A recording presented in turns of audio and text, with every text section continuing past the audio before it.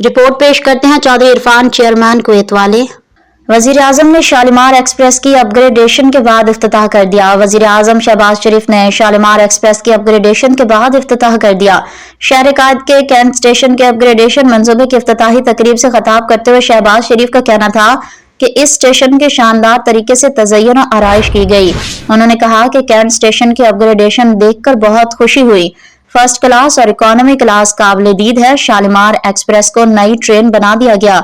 वज़ीर आज़म का कहना था कि मुसाफिरों के इंतजार गाह, डाइनिंग रूम और खुदकार टिकट सिस्टम शानदार है।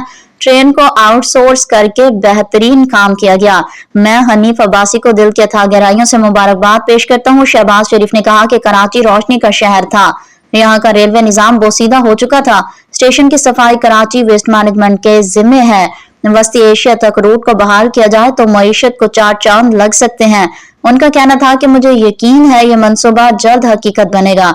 रेलवे की अपग्रेडेशन के लिए दरकार रकम फौरी तौर पर दिलवाएंगे। वजीर आजम ने कहा कि हनीफ अब्बासी की क़यादत में पाकिस्तान रेलवे जदीद निज़ाम की जानिब गामजन है। पाकिस्तान रेलवे की सूबों के साथ इश्तराक के मुस्बत नताइज सामने आएंगे।